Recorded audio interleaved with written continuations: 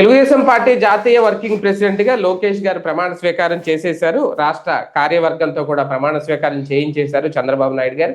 అయితే ఈ సందర్భంగా మొత్తం పార్టీకి సంబంధించి బాబు గారు చేసిన వ్యాఖ్యలు కానీ, లోకేష్ గారు చేసిన వ్యాఖ్యలు కానీ, కార్యకర్తలకు సూచించిన కొన్ని సూచనలు కానీ, ఎందుకంటే కంప్లీట్ గా టార్గెట్ అయితే వైసీపీనే ఉంటుంది. ప్రతిపక్షం 2029 ఎన్నికల్లో మళ్ళీ విజయం సాధించాలి తెలుగుదేశం పార్టీ కూటమితో అంటే ఖచ్చితంగా కూటమి కలిసికట్టుగానే ఉన్నాం. పవన్ కళ్యాణ్ గారికి కానీ టీడీపీకి మధ్య ఎలాంటి విభేదాలు లేవు, మేమంతా కలిసే ఉన్నాం. అలాగే భారతీయ జనతా పార్టీతో కూడా సమన్వయం చేసుకుంటూ ముందుకు వెళ్ళాలి అంటూ చంద్రబాబు నాయుడు గారు చేసిన వ్యాఖ్యలు, అలాగే అహంకారంతో గనక ముందుకెళ్తే వైసీపీకి పట్టిన పరిస్థితే మనకే వస్తుంది అంటూ లోకేష్ గారు చేసిన వ్యాఖ్యలు. మొన్నటి నుంచి ఒక కొత్త ట్యాగ్ లైన్ తగిలించారు వైఎస్ఆర్సీపీకి, గొడ్డలి పార్టీ అని. ఇక్కడ నుంచి గొడ్డలి పార్టీ అని పిలుస్తున్నారు వైసీపీని మన కొద్ది రోజులు. అలాగే వికాసం వర్సెస్ విధ్వంసం, ఇది మొన్న చంద్రబాబు నాయుడు గారు చెప్పిన మాట మళ్ళీ లోకేష్ గారి నాట కూడా అదే వినిపించింది. అంటే 2029 ఎన్నికలకు ఏ స్థాయిలో కష్టపడాలి, ఏ స్థాయిలో ప్రిపరేషన్ ఉండబోతుంది అనడానికి నిన్న కొన్ని సంకేతాలు ఇచ్చారు.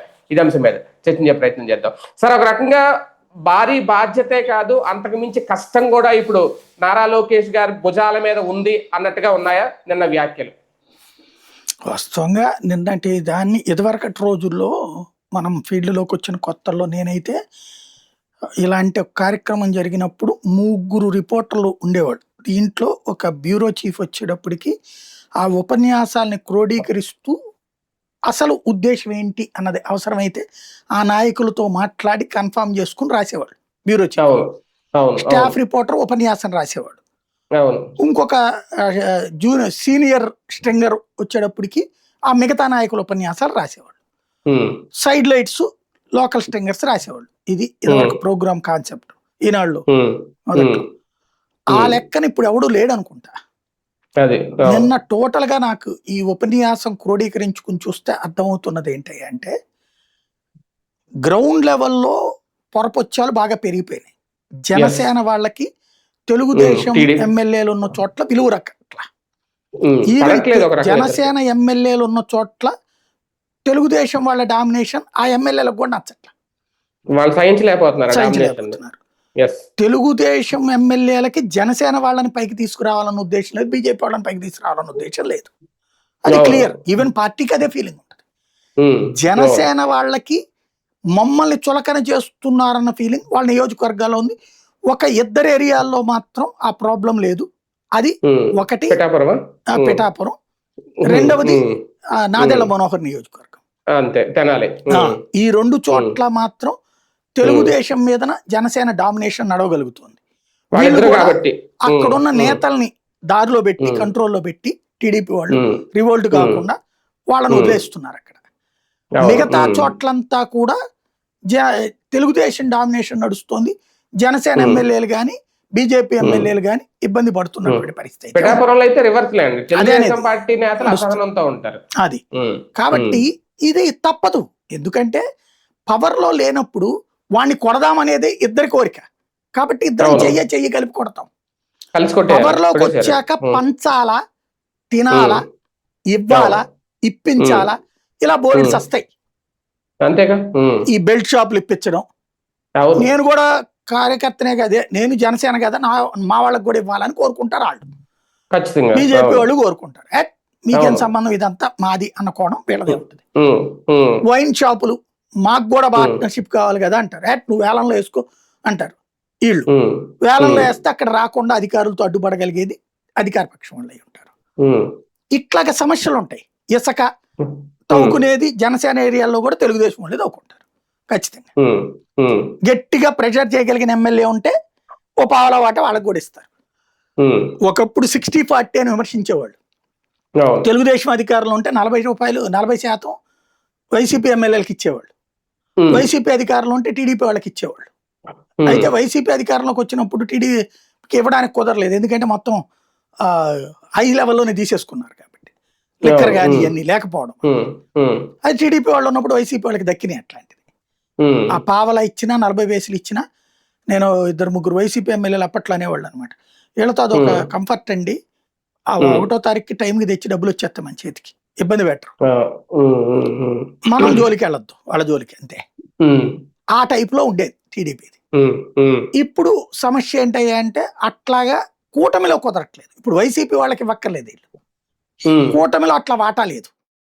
అదేదన్నా బాబు గారు కూర్చుని డెసిషన్ తీసుకుని ఏమయ్యా మనం 30 తీసుకుందాం, 15 బేసులు జనసేన వాళ్ళకి ఇద్దాం, 10 బేసులు బీజేపీ వాళ్ళకి ఇద్దాం, లేదా మనం 60 బేసులు తీసుకుందాం, పావలా జనసేన వాళ్ళకి ఇద్దాం, 15 బేసులు బీజేపీ వాళ్ళకి ఇద్దాం, వాళ్ళ ఎమ్మెల్యేలు ఉన్న చోట అట్లా మనం తీసుకుందాం అనేదన్నా చెప్తే గానీ సెట్ రైట్ కాదు. ఎవడు తింటలేదు లేకపోతే ఏమీ జరగట్లేదు అని చెప్తే వేరే జరుగుతున్నది. అక్కడ అసంతృప్తి పెరుగుతుంది, అక్కడే అవతల ఫీలింగ్ పెరుగుతూ ఉంటది. నెంబర్ 1. రెండవది వచ్చేటప్పటికి ఈ సంక్షేమ పథకాలు ఏమీ లేవు. ఉన్న 4 వాళ్ళే తీసుకుంటున్నారు, కాంట్రాక్ట్లు ఉన్న 4 టీడీపీ వాళ్ళే తీసుకుంటున్నారు. ఇవి అసంతృప్తి పెరిగిపోతుంది. ఈ అసంతృప్తి పెరిగి మొన్న పవన్ కళ్యాణ్ సర్దుబాటు చేయడానికి పెట్టిన మీటింగ్ లోనే కదా బొలిశెట్టి శ్రీనివాస్ బయటకు వచ్చి చెప్పింది, వాడు సరిగ్గా మమ్మల్ని చూడట్లేదని. ఎంత ఉగ్గబట్టుకోలేకపోతే మాట్లాడతాడు ఆయన. మామూలుగా చాలా జాగ్రత్తగా ఉంటాడు, కంట్రోల్డ్గా మాట్లాడాడు కదా. అట్లాగే ఆయన ఎవరు విష్ణుకుమార్ రాజు మాట్లాడా బీజేపీ ఆయన, ఎందుకు అతి ప్రచారం చేసుకున్నాం గూగుల్ లాంటి దాంట్లో అనేది. ఆదినారాయణ రెడ్డి మాట్లాడాడు బీజేపీ ఆయన. ఇట్లాగా ఎవరికి వాళ్ళకి అసంతృప్తులు ఉన్నాయి. దీన్ని కంట్రోల్ చేయడానికి పవన్ కళ్యాణ్ మీటింగ్ పెట్టాడు. బీజేపీ వాళ్ళు అయితే అదేం పట్టించుకోవట్లేదు, వదిలేసేసారు. ఇది గ్రౌండ్ లెవెల్లో ఏమైపోతుంది అంటే సమన్వయ లోపం అయిపోతుంది. దాన్ని సెటరేట్ చేయడానికి చంద్రబాబు గారు నిన్న చెప్తోంది, పవన్ కళ్యాణ్ నేను ఎట్టున్నాం మీరు కూడా అట్టుండండి అని. మీ ఇద్దరు పొందినటువంటి లాయల్టీ, ఆ లెగసీ కింద స్థాయిలో ఇప్పించమని ఎమ్మెల్యేలకు కూడా చెప్పాలి ఆయన. పవన్ కళ్యాణ్ ఫ్లైట్ పంపిస్తున్నారు, ఆడికిపోతే ఆడికి హెలికాప్టర్, చంద్రబాబుతో సమానమైన గౌరవం పొందుతున్నారు. కొంత తక్కువే ఉండొచ్చు కానీ బట్ మాక్సిమం గౌరవం లభిస్తుంది. గతంలో ఉన్న డిప్యూటీ సీఎంలతో పోల్చుకుంటే, గతంలో ఉన్న భాగస్వామ్య పక్షాలతో పోల్చుకుంటే, ఈవెన్ ఇప్పుడున్న బీజేపీతో పోల్చుకుంటే అపారమైన గౌరవం పొందుతున్నాడు పవన్ కళ్యాణ్. ఆ స్థాయి గౌరవం నువ్వు గ్రౌండ్ లెవెల్లో జనసేనలో కూడా ఇప్పించు, అయిపోతుంది. అంటే ఒక టీడీపీ ఎమ్మెల్యే జనసేన ఇన్ఛార్జ్ ఉన్న చోట ఆ గౌరవం లేదనే కదా ఇప్పుడు అది అర్థమవుతోంది. బాబు గారికి కూడా తెలుసు, చెప్తున్నారు అదే. అరే నాయన చెయ్యండి రైట్ లాగా, మన అవసరం. జగన్ అనేటటువంటి వాడు 15 సంవత్సరాలు మనల్ని వదలడం. వీళ్ళు 15 సంవత్సరాలు అనేది ఎందుకు అంటున్నారు? ఒక్కసారి జగన్ 5 ఏళ్లలో తీసుకొచ్చిన సంక్షేమ పథకాల ఫలితం 15 సంవత్సరాల పాటు వీళ్ళు కలిసి ఉంటే గాని కంట్రోల్ చేయలేరు. అప్పటికి పదే ఈ గొడ్డళ్ళు ఈ మాటలన్నీ మాట్లాడి జగన్ మీద ద్వేషం పెంచి వదిలిపెట్టారు. 15 ఏళ్ళు కష్టపడితే గానీ అతను తీసుకొచ్చిన నవరత్నాలు ఇంపాక్ట్ నుంచి బయటపడలేరు. ఎందుకంటే వీళ్ళు అందులో 10వ వంతు కూడా ఇవ్వట్లేదు. జనాలు మర్చిపోవాలేమో నవరత్నాలు అనే కాన్సెప్ట్ ని. అదే మర్చిపోవడానికి నిరంతరం పత్రికల్లో ఇలాంటి ప్రచారం చెయ్యాలి. తిట్టండి ఆయన పద్దాక వైసీపీని తిట్టండి, సైకో పార్టీ అది రావద్దని తిట్టండి, అది వస్తే నాశనం అయిపోద్దని తిట్టండి. అదొకటి. లోకేష్ మాట్లాడిన మాట చూస్తే గుజరాత్ సుదీర్ఘకాలం పాటు ఒకే పార్టీ ఉండడం వల్ల అభివృద్ధి చెందింది అనేటట్టు. మరి మహారాష్ట్ర ఎట్ట అభివృద్ధి చెందింది, కర్ణాటక ఎట్ట అభివృద్ధి చెందింది, తమిళనాడు ఎట్ట అభివృద్ధి చెందింది, కేరళ ఎట్ట అభివృద్ధి చెందింది? కేరళనే కదా ఫిగర్స్ లెక్కని చెప్పుకునేది. కేరళలో 5 ఏళ్ళకి ఒకసారి మారితేనే అభివృద్ధి చెందింది, తమిళనాడు 5 ఏళ్ళకి ఒకసారి మారితేనే అభివృద్ధి చెందింది, కర్ణాటకలో కూడా 5 ఏళ్ళకి ఒకసారి మారితేనే అభివృద్ధి చెందింది. అది మర్చిపోతున్నారు అనమాట. మహారాష్ట్రలో కూడా అంతే కదా, 5 ఏళ్ళకో 10 ఏళ్ళకో మారుతానే వచ్చింది ప్రభుత్వం. పర్మనెంట్ గా ఉంటేనే గుజరాత్ లో అభివృద్ధి అంటే మీరే ఇంత ముందు చెప్తారు కదా గుజరాత్ లో అభివృద్ధి ఏదని. లాస్ట్ ఎలక్షన్స్ ముందు ఏం చెప్పింది 2018-19లో అసలు ఆంధ్ర ఎక్కడ ఉంది, ఆంధ్ర ముందు గుజరాత్ ఎంత అన్నారు వీళ్ళు. ఇప్పుడు గుజరాత్ అగ్రగామిలో ఉందని చెబుతున్నారు వీళ్ళే. అట్టగా ఏదో నడుస్తుంది. మనకేంటంటే ఆ రోజు పేపరు ఈ రోజు పేపరు, ఇదివరకు అయితే నాడు నేడు అన్న వేసేవాళ్ళు, ఇప్పుడు రాయడానికి భయపడుతున్నారు వీళ్ళు, సిగ్గుపడుతున్నారు. ఇంకోటి ఇదివరకు మళ్ళీ జెన్యున్ గా రాసే ఎడిటోరియల్ కాలం రాసేవాళ్ళు పోయారు, చివరికి రాజకీయ నాయకులు ఎడిటోరియల్ కాలం ఇష్టమైపోయారు. ఇదివరకు ఎడిటోరియల్ కాలం రాయాలంటే చాలా గొప్పగా ఉండేది అది రాయడం అనేది. నేను రాసినప్పుడు నాకు బాగా గుర్తు అనమాట. ఆంధ్రప్రదేశ్లో కాలమ్స్ రాశాను కదా చాలా రోజుల పాటు. అది రాయాలంటే చాలా, నేను 4-5 రోజుల పాటు మొత్తం పేపర్లు మ్యాటర్లు అన్ని తీసుకుని కూర్చుని రాసేవాడిని అనమాట. అలాంటిది వాళ్ళు ఎవడు పడతాడు ఏది పడితే అది రాసేస్తున్నాడు వాళ్ళ పార్టీ స్టాండ్ ని.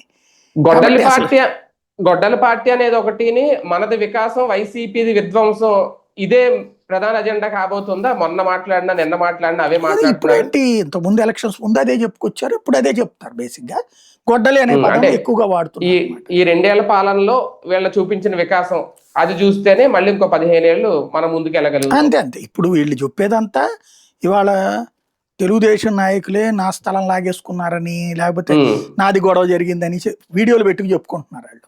అవును అవును. ఈ, జనసేన వాళ్ళు అదే చెప్పుకుంటున్నారు, మాకు అన్యాయం జరిగింది అన్నటువంటిది. ఉమ్, ఉమ్, కొట్టుకోవడాలు, చంపుకోవడాలు, లేకపోతే దొంగ కేసులు, తప్పుడు కంప్లైంట్లు, రచ్చ ఉమ్, రచ్చ నడుస్తుంది. ఉమ్, అవి అసలు ఏమి చర్చకి రాకుండా, లేదు అద్భుతం ఉమ్. అద్భుతం అద్భుతం అంటే జనసేనతోనే కళ్ళెదురుగుండా కనబడే వాటిని మర్చిపోయేలా ఉపన్యాసాలతో, మీడియాతో, సోషల్ మీడియాతో చెప్పించే ప్రయత్నం చేస్తారు. జనసేనతోనే కాదు సార్, బీజేపీతో కూడా ఎడం మనకి లేదు, సమన్వయంతో ముందుకెళ్లాలని చెప్పుకునే పరిస్థితి ఎందుకు వచ్చింది? అంటే సోషల్ మీడియాలో తెలుగుదేశం కట్టర్ కార్యకర్తలు బీజేపీని ద్వేషిస్తూనే ఉన్నారు, దూషిస్తూనే ఉన్నారు. వాళ్ళకి ఎందుకంటే బీజేపీ ఎదుగుదల, తెలుగుదేశం పత్రం అనే భయం ఉంది వాళ్ళకి.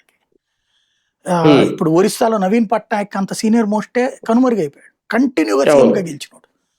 త్రిపురలో మాణిక్ సర్కార్ అంటే నిజాయితీకి మారిపోయారు, ఒంటి మీద బట్టలు తప్పారా ఇంకోటి లేదంటారు. అట్టంటే ఆయన కనుమరుగైపోయాడు కదా. వరుసగా 27 ఏళ్ళు పరిపాలించిన వాళ్ళు త్రిపుర, వరుసగా బీజేపీనే వస్తుంది అక్కడ. ఒక్కసారి బీజేపీ సొంతగా పరిపాలనలోకి దిగింది అంటే ఆ తర్వాత భారతీయ జనతా పార్టీ ఎదిగితే ప్రాంతీయ పార్టీలు పతనం అవుతాయి. నితీష్ కుమార్ తాజా సాక్ష్యం.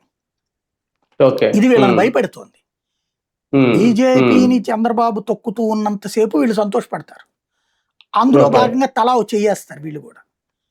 ఇప్పుడు వీళ్ళకి భయం ఏమేస్తుందంటే బెంగాల్లో బీజేపీ గెలిచి తమిళనాడులో గెలవకూడదని మనస్ఫూర్తి కోరుకుంటున్నారు. ఇక్కడ విశేషం ఏంటంటే కేంద్రంలో ఉన్న భారతీయ జనతా పార్టీ తీసుకొచ్చే బిల్లుకి 25 మంది ఎంపీలు మద్దతు ఇచ్చే ఏకైక రాష్ట్రం ఆంధ్రప్రదేశ్, ఇంక్లూడింగ్ బీజేపీ పాలిత రాష్ట్రాల్లో కూడా వల్ల కాదు. ఎందుకంటే అక్కడ కూడా ప్రతిపక్షం ఉంటది కదా, ఒకళ్ళు ఇద్దరు గెలుస్తారు కదా అవతల. కాబట్టి అక్కడ ఓట్లు అటు ఇటు పడతాయి. ఏ బిల్లు పెట్టినా బీజేపీది సంపూర్ణ ఒక రాష్ట్రం మద్దతు ఇచ్చే ఏకైక రాష్ట్రం ఆంధ్రప్రదేశ్. అది వైసీపీ అధికారంలో ఉన్న, టీడీపీ అధికారంలో ఉన్నా సరే. కానీ ఈ మద్దతు ఇచ్చేటటువంటి పార్టీల నాయకులందరూ కూడా బీజేపీ నాశనం అవ్వాలనే కోరుకుంటారు. అది విచిత్రం. తమిళనాడులో బీజేపీ ఓడిపోవాలి, బెంగాల్లో బీజేపీ ఓడిపోవాలి, వీళ్ళు మనస్ఫూర్తిగా కోరుకుంటారు. అవసరమైతే వీళ్ళ చేతులు ఏమైనా ఉంటే అదేం పూజలు, తాంత్రిక పూజలు కూడా చేపిస్తారు. సార్ ఒకటి సార్, ఇప్పుడు లోకేష్ గారికి కానీ చంద్రబాబు నాయుడు గారు కానీ అర్థమైపోయింది, తెలుగుదేశం పార్టీ క్యాడర్ వేరే పార్టీని యాక్సెప్ట్ చేయట్లేదు, బీజేపీని కానీ లేదంటే జనసేనని కానీ అనేది. అందుకే పదే పదే సమన్వయం అనే పదం వాడుతున్నారు. దానికోసం ఇప్పుడు లోకేష్ గారు ఏం చేయగలుగుతారు పార్టీలో? ఆయన ఏం చెయ్యరు, చంద్రబాబు గారు కూడా ఏం చేయరు. తెలివిగా అది వాళ్ళతో చెప్తుంటారు అంతే. మేము సమన్వయం లేకపోతే 15 ఏళ్ళు ఎలా కలిసి ఉంటారు వీళ్ళు ముగ్గురు? అంటే పైన మేము కలిసి ఉన్నాం, చచ్చినట్టు కలిసి ఉండాలి అంతే. ఎప్పుడు కలిపారు చెప్పండి? 2014 ముందు కలిపారా? కానీ 2014 ముందు తిట్టుకున్నటువంటి వాళ్ళు మళ్ళీ కలవలేదా? 2004 ముందు 90 వాజ్పేయి అనేటటువంటి ప్రధానిని కానివ్వలేదు, హిందుత్వవాది మతోన్మాది అని చెప్పి. ఇదే చంద్రబాబు కదా 94లో అడ్డుపడింది, 96లో మధ్య 13 రోజులు ఎందుకు కూలిపోయింది వాజ్పేయి సర్కారు? తర్వాత అంతే కదా, 18లో కూడా చేయలేదు కదా, 98లో కూడా, 99లో మద్దతు ఇచ్చారు, కలిసి పోటీ చేశారు. మరి అప్పటిదాకా వాజ్పేయిని అద్వానీని తిట్టిన వాళ్ళు మళ్ళీ కలిశారు కదా. మళ్ళీ 2004 తర్వాత ఇలాంటి మతోన్మాద పార్టీతో నేను అనలేదా ఆయన? బేసిక్ గా బీజేపీ అనేది ఓట్ల కోసం వీళ్ళకి అవసరం. ఎందుకంటే బీజేపీ మధ్యతరగతి పార్టీ, అది తటస్థ ఓటర్ వాళ్ళు వీళ్ళకి అవసరం. బట్ బీజేపీ ఎదగకూడదు సొంతగా, ఎదిగిందా వీళ్ళు పతనం అవుతామన్న భయం ఉంది. కాబట్టి ఇక్కడ వీళ్ళకి తెలుసు, కార్యకర్తకి చంద్రబాబు లోకేష్ల మనస్తత్వం తెలుసు. లోకేష్ చంద్రబాబు అన్న బీజేపీ దేశం అంతా గెలవాలి కోరుకుంటారు, కానీ ఆంధ్రలో గెలవాలని కోరుకోరు, ఆంధ్రలో ఎదగాలని కోరుకోరు. ఎందుకు జనసేన ఎదగాలని కోరుకుంటుందా తెలుగుదేశం చెప్పండి? ఇప్పుడు కోరుకోవట్లేదు కాబట్టే కదా ఇన్ని గొడవలు అంతే. గ్రౌండ్ లెవెల్లో కాబట్టి మనం దాన్ని ఏమంటారు, స్వీట్ న్యూస్ అన్నమాట, నోటితో చెప్తా ఉండాలి. ఇలా చెప్పడం అంటే దీనికి రివర్స్ లో చేయండిరా మీరేం చెప్పడం గ్రౌండ్ లెవెల్లో.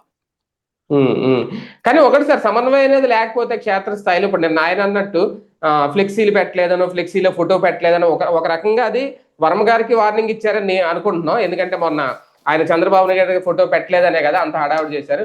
ఇటువంటి వద్దు, ఇటువంటి గొడవలు వద్దు, సెటిల్మెంట్లు వద్దు, సమన్వయం తెలిపోండి అంటే ఏంటి, ఏం చేసినా ఇంకా చూస్తూ ఉండండి, సర్దుకుపోండి అని చెప్తున్నారా వీళ్ళు కూడా, లోకేష్ బాబు గారు కూడా?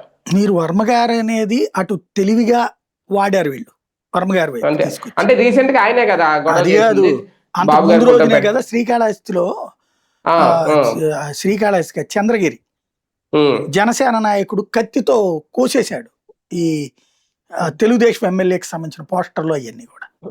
మరి కేసు ఎందుకు పెట్టారు? హోర్డింగ్లు కోసేస్తే అవును అవును జనసేన వాళ్ళు తిరగబడితే కేసులు ఎందుకు పెడుతున్నారు? బేసిక్ గా సమస్య ఏంటంటే తెలుగుదేశం వాళ్ళ దాంట్లో జనసేన బొమ్మలు లేకపోతే మీరు ఓకే అనుకోండి, జనసేన దాంట్లో తెలుగుదేశం లేకపోతే మీరు అడగండి, కానీ ఎక్కువ గొడవలు పెట్టుకోకండి.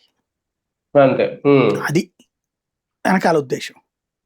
ఇంకా అలా సర్దుకుపోండి అంతే, ఏదైనా సరే. ఏం లేదండి, అవన్నీ మీరు ఎలా అయినా కొట్టుకు సావండిరా. ఎలక్షన్స్ టైంకి మాత్రం మేము ముగ్గురం కలిసి పోటీ చేయక తప్పదు.